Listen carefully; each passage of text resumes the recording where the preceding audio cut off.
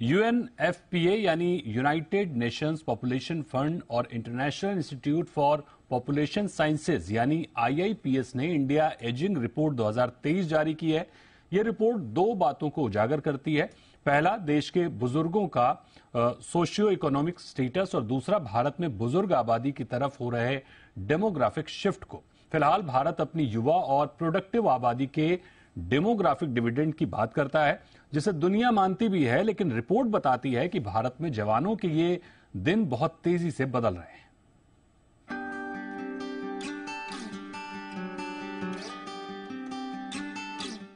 India ageing report 2023 उभरते भारत की ढलती उम्र की तस्वीर दिखा रही है।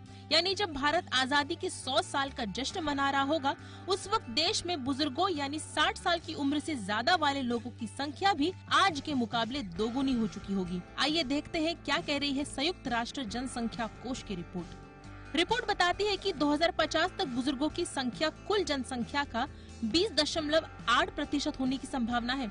ये 2022 के 10.8% के हिसाब से दोगुनी हो जाएगी। यही नहीं, 2046 तक बुजुर्गों की आबादी 0 से 14 साल के बच्चों की तुलना में ज्यादा होने की उम्मीद है, जबकि 15 से 59 साल के लोगों की हिस्सेदारी में गिरावट का अनुमान है। रिपोर्ट के मुताबिक 2036 तक दक्षिणी राज्यों में हर 5 में से एक व्यक्ति की उम्र 60 वर्ष से अधिक होगी। रिपोर्ट सिर्फ संख्या ही नहीं बल्कि बुजुर्गों की संख्या बढ़ने की तेजी को भी दर्शा रही है। रिपोर्ट में कहा गया है कि 2000 से 2022 के बीच भारत की कुल जनसंख्या 34% बढ़ी, जबकि बुजुर्गों की जनसंख्या 103% बढ़ी। अनुमान से पता चलता है कि 2022 से 2050 के दौरान भारत की कुल जनसंख्या केवल 18% बढ़ेगी, जबकि वृद्ध जनसंख्या 134% बढ़ेगी। अब सवाल ये उठता है कि बूढ़े होते भारत की ये तस्वीर क्या बता रही है।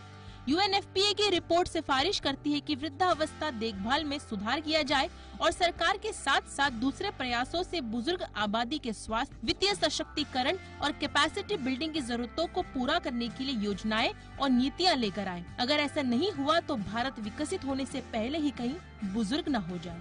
ब्यूरो रिपोर्ट, जी मीडिया।